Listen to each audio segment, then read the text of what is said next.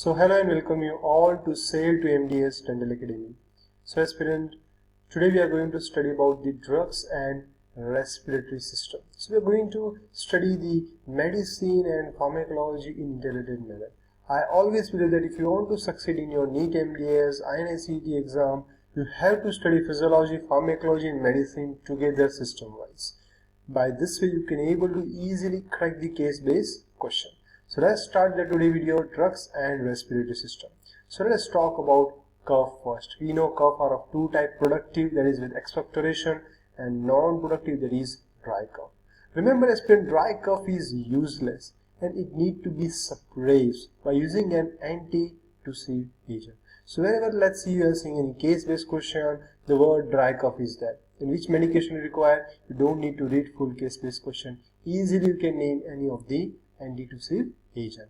On the other hand, productive cough should be allowed but made easier by use of expectorants. So now aspirants, we are going to see the different agents used for the treatment of cough. Dry, you have antitussives, there are codeine, polcodeine, noscapine and dextromethorphan. And in productive, we have potassium iodide, bromhexine and ambroxol. Remember, ambroxol is the metabolite of bromhexine. And what this expectorant will do? They will depolymerize the mucopolysaccharides and thus resulting making the cough or mucus less viscous. That's why they are also known as mucolytic. Whereas these antitussives will suppress dry cough either by acting on the CNS or by inhibiting cough impulses in the respiratory tract. Remember aspirant, potassium iodide can act in both ways, directly on the bronchial glands and indirectly by gastric irritation to increase bronchial secretion. But whenever you are using potassium iodide, you should be careful as it can cause hypothyroidism on prolonged use, and they should be used in very cautious manner in case of pregnant patient. Otherwise they may suffer, the fetal may suffer from the fetal hypothyroidism. Then we'll see bronchial asthma. So what is bronchial asthma aspirant? It is the hyperreactivity of your bronchial gland. So there the secretion will increase and associated inflammation will be there. So let's see how the bronchial asthma occurs. So whenever the antigen is present or is accepted in the body, IgE will bind to the mast cell. And when again antigen will be presented in the body, this IgE bounded mast cell will degranulate and they will liberate leukotrienes, prostaglandins, platelet activating factor, many things they will secrete. And they will bind to the cis-LT receptors which will cause bronchoconstriction. So what are the receptors are secreting like prostaglandins, leukotrienes, platelet activating factor? They all will cause bronchoconstriction and at the same time they are going to cause inflammation. So you can say this hyperreactivity is a constriction and the inflammation. Fine aspirant, but the main component of the mediator is your leukotrienes. So if you want to hamper the development of bronchial asthma, you can use omalizumab. There are mast cell stabilizers like cromogalate, nidrocromil, ketotifen. We have a leukotriene synthesis inhibitors like corticosteroids and xylitol.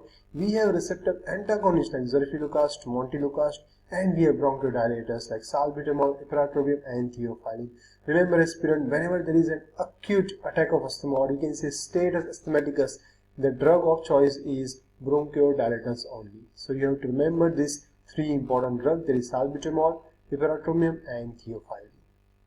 Then aspirants, let's study bronchodilators. So remember, they are useful in terminating acute attack of bronchial asthma. We have three groups of bronchodilators. Let's see them one by one. The first is your sympathomimetics. Remember, sympathomimetics is also known as beta-2 agonist or adrenergic drugs. They stimulate GPCR, that is G protein coupled receptor. So by stimulating them, there will be increase in CAMP. So whenever in body CAMP will increase, there will be smooth muscle relaxation. So what happens is, whatever the bronchoconstriction were there, it will be converted to bronchodilation. At the same time, the CAMP will also decrease the mediators like prostaglandins, leukotrienes, which will allow the release of mast cell and they will cause inflammation. So in this way, this category A drug will act. The example like short acting and long acting, you can easily remember salbutamol, terbutaline, all the other name. Long acting salmeterol, formoterol, there is one simple mnemonic here, there is sal, metrol and formoterol. You can say metro in the name. So metro run for long distance. So these are long acting. Remember, salmeterol contains S, that is slow acting, is not used for acute attack. Okay, whenever we want to give the drug for acute attack, you can give the formoterol. Fine, aspirant.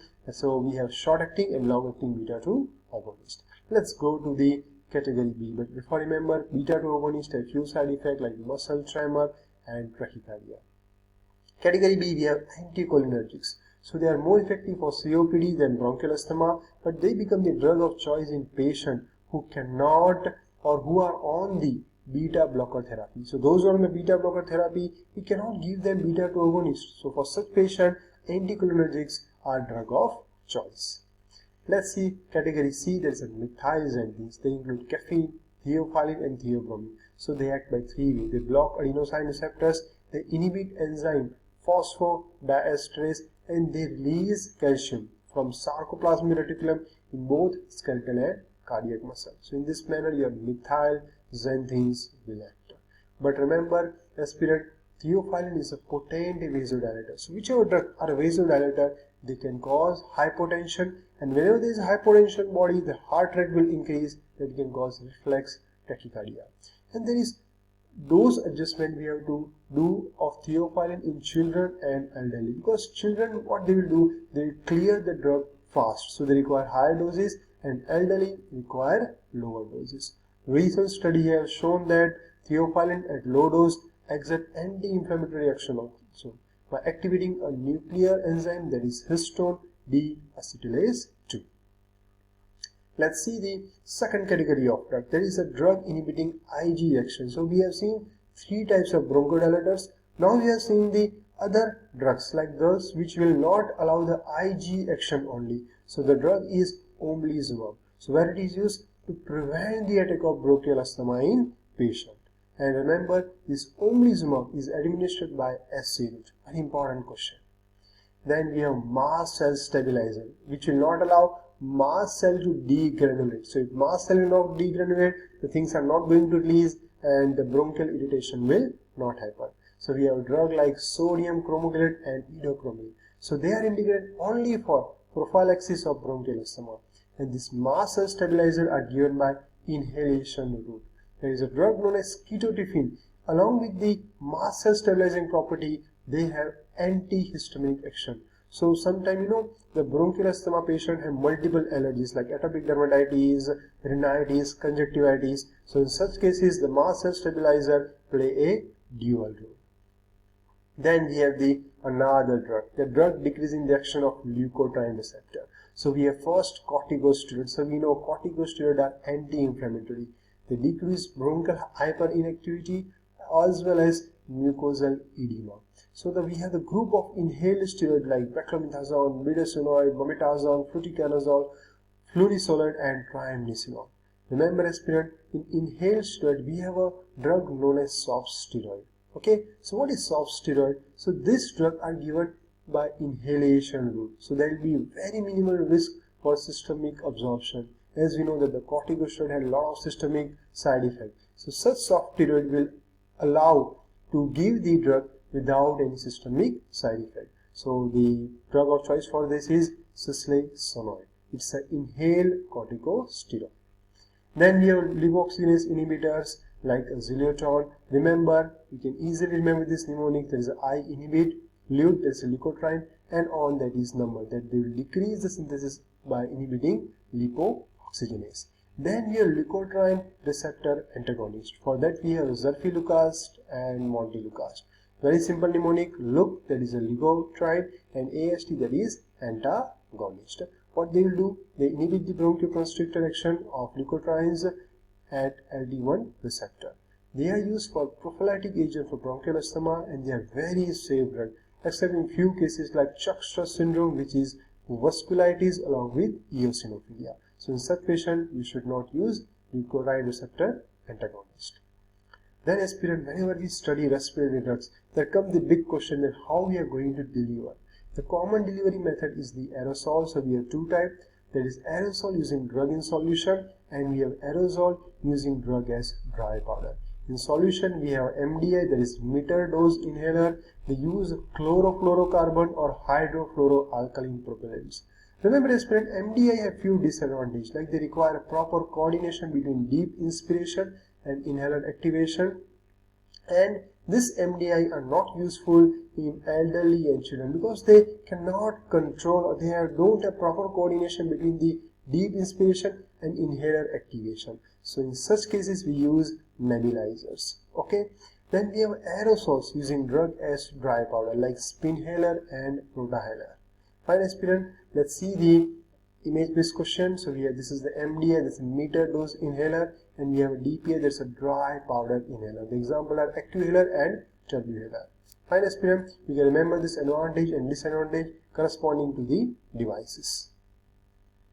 Then the drug of choice, a very important question. Remember, when there is an acute attack of bronchial asthma, salbutamol; acute attack in pregnancy, salbutamol; acute attack during labor, ipratropium; acute attack in patient on beta blocker therapy is ipratropium; prophylactic, corticosteroids; exercise-induced asthma, if it is acute, salbutamol; prophylaxis, go with corticosteroid; aspirin-induced asthma, acute attack, salbutamol, and prophylaxis, corticosteroids. Please, aspirant, try to remember this table for your single based answer. Then recent advances must for the exam. Recently, magnesium sulfate by IV and inhalation route has been tried for acute severe asthma. Then we have drugs like roflumilast, clomilast, and tocilizumab. They are phosphodiesterase inhibitors. Then we also tried for bronchial asthma. Then we have anticholinergic like umlicnidium plus vilanterol. They have been used for the maintenance treatment of COPD, that is chronic obstructive pulmonary disorder. Okay, aspirants, so that was all from my side regarding drugs and the respiratory system. Any doubt, you can contact me. Our website is there, email, as well as you can subscribe and like our channel. Thank you all.